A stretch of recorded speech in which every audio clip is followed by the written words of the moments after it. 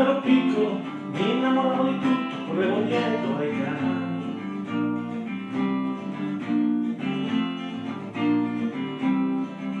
E da marzo a febbraio mio nonno vegliava sulla corrente di cavalli e di bui, sui fatti miei, sui fatti tuoi, e al Dio degli inglesi non credere mai.